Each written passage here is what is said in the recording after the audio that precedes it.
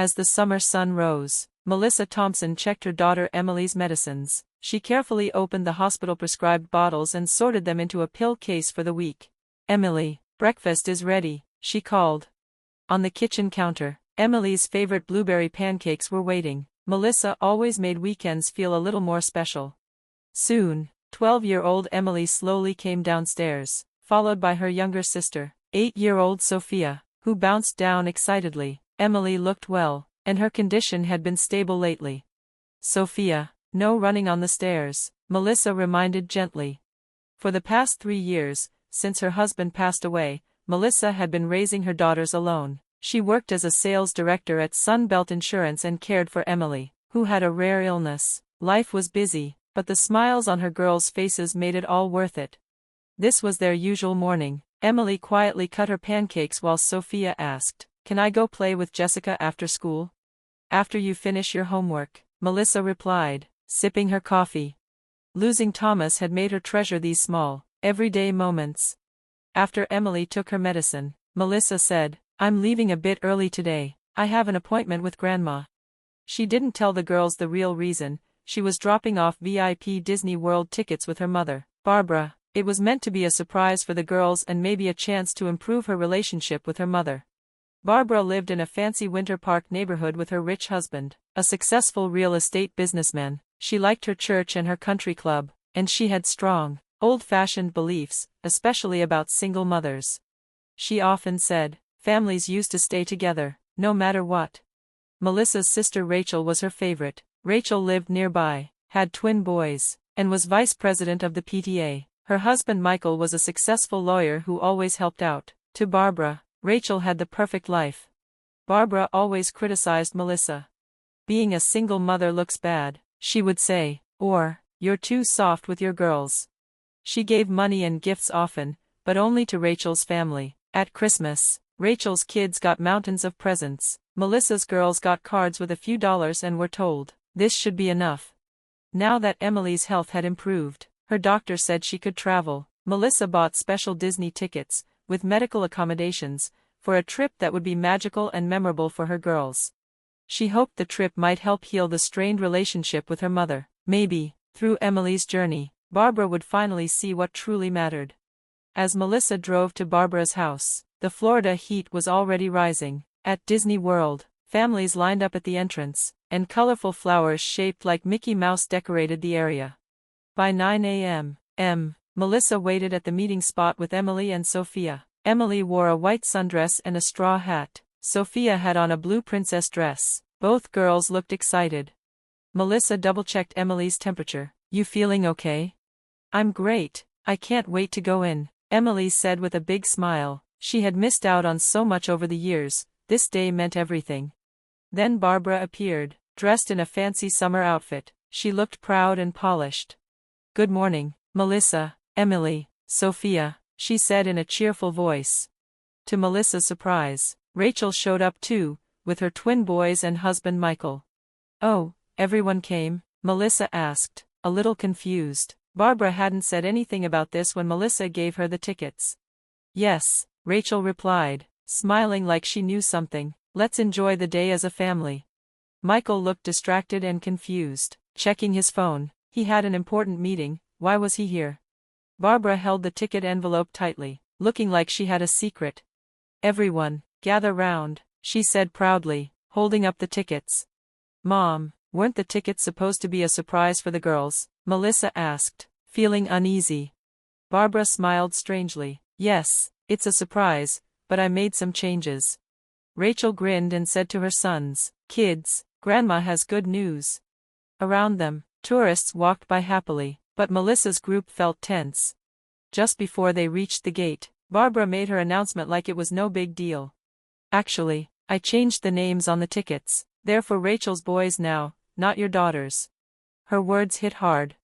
"Thanks, Mom, the boys are so excited," Rachel said loudly.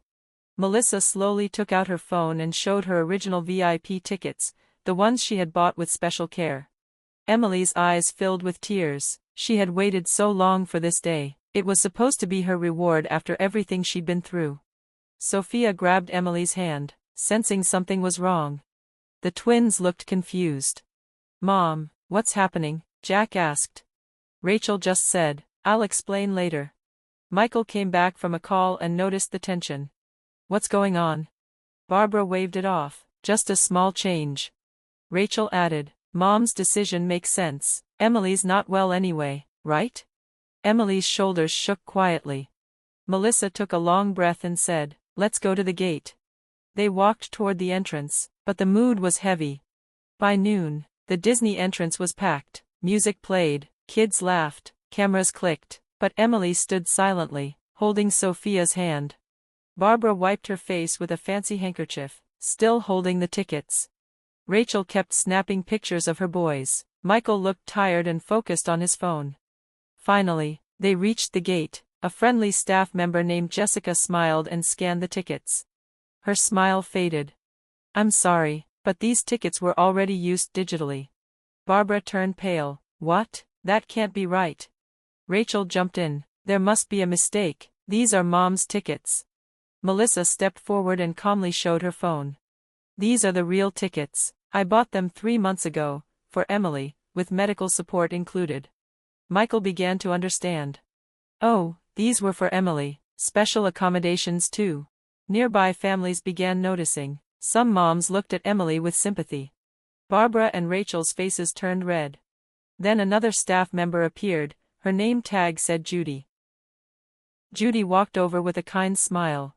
"Please wait just a moment, everyone. We'll treat this as a special case," she said calmly. Her voice was steady and full of quiet authority, like someone who had helped many families before. She led the group into a quiet, air-conditioned room. Inside, Judy listened carefully as Melissa began to explain. "My daughter Emily has been sick with a rare illness for the past 3 years. She's finally doing better, and her doctor said she can travel now." Melissa showed her phone, which had Emily's medical records and progress. "These VIP tickets come with medical help, like faster lines, access to first aid, staff on standby, and even emergency transport if needed." Judy nodded, checking her tablet and writing notes. She gently said, "When your mother and sister changed the tickets, they almost took away the help Emily needs." Though her voice was soft, her words hit hard. Barbara and Rachel froze, embarrassed. Michael looked at them sternly. Even the twin boys seemed to understand something serious was going on. Ethan looked at his grandma and asked, "Why did you change Emily's tickets without asking?" Judy gave a warm smile. "Don't worry," she said kindly, "we'll fix this. Disney has a policy to help in situations like this." She started working quickly. In another room, staff were already getting medical support ready. "We want every child to make special memories here. I promise to help make today magical." Her words brought a calm feeling to the room. For the first time, Barbara looked truly regretful. Rachel gave her nieces a soft, sorry look. "Thank you," Michael said sincerely. He sounded hopeful, for the first time in a while. In the corner, the children started talking and laughing together. Emily, Sophia, Jack, and Ethan began to connect like true cousins. Their laughter slowly softened the tension between the adults. Cool air filled the room like a fresh start. Outside the window, Cinderella Castle sparkled in the morning sun, as if watching over the beginning of a new chapter for this family. The private room was quiet and peaceful, decorated with old photos of Walt Disney and early Mickey Mouse drawings. Everyone sat around a round table. Judy handed out lemonade, then stepped outside quietly. After 40 years of helping families at Disney, she knew this moment was important. For a while, no one spoke. The children were in the next room coloring with a staff member. Their cheerful voices floated in. Melissa finally spoke. "Ever since Thomas died, every day has been a struggle." Her voice shook a little. "I've been working full-time, caring for Emily, rushing to the hospital, calling ambulances at night when she had fevers." She took a breath and looked at her mother. "Mom, you always said, single mothers look bad, or you should try harder to find better treatment, but what I needed wasn't advice, I needed your love, and Emily and Sophia needed a grandmother who made them feel safe and loved." Tears rolled down Melissa's cheeks. "I trusted you with those tickets because I hoped we could fix things between us." Michael added quietly, "I want to say something too." His usual calm face looked serious now. "We have money, but that's not enough. Kids don't need fancy toys, they need love and support." Rachel's eyes filled with tears. "I'm sorry," she whispered. "I was so focused on expensive clothes and lessons. I didn't think about what Emily was going through." Then Barbara slowly stood, her hands trembled, and Michael helped her up. "Melissa, I was wrong," she said softly. "I was too proud. I didn't want anyone to see that our family had problems." Her tears began to fall. "I ignored what you were going through. I was afraid if I admitted it, our perfect image would fall apart." She walked to Melissa. "Please forgive me." Mother and daughter hugged for the first time in years. Rachel joined in, and they cried together. The children came back in, proudly holding up a drawing. "Look, it's our family," Emily beamed. The picture showed everyone, Grandma, Mom, Aunt, Uncle, and all the cousins, holding hands in a big circle. Judy stepped in again, smiling. "I've planned something special." She rolled out a special map made just for Emily. It showed a custom route with rest stops, fast pass times, and first aid stations. "I hope today brings happy memories for all of you." The room filled with a warm feeling. Outside, Cinderella Castle sparkled. Looking at the drawing, Barbara quietly promised herself, from now on, she'd be the kind of grandma who showed real love, not just cared about what people thought. Michael smiled and pulled out his phone. "I'm calling the office. I'm spending today with my family." Just a few words, but they meant so much. 3 months later, Orlando Children's Hospital. Soft autumn light filled the waiting room. Children's drawings were taped to the walls. Emily walked in after her checkup, smiling brighter than ever. "Emily, how was it?" Melissa asked. "The doctor said I'm doing much better," Emily replied. Barbara handed Melissa a coffee. She had been coming to every checkup since the Disney trip. She no longer wore fancy clothes, just a cozy handmade sweater. "Oh, I'm so glad," she said gently, stroking Emily's hair. Nearby, Rachel was chatting with a girl in a wheelchair. Since that day at Disney, she had started volunteering with children who had disabilities. Every week, she came on her lunch breaks to read, draw, and play. "Emily, look at our drawing." Jack and Ethan ran over with their art. Drawing with other kids at the hospital had become something they loved.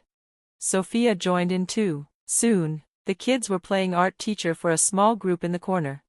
Melissa looked at her mother with warmth in her eyes.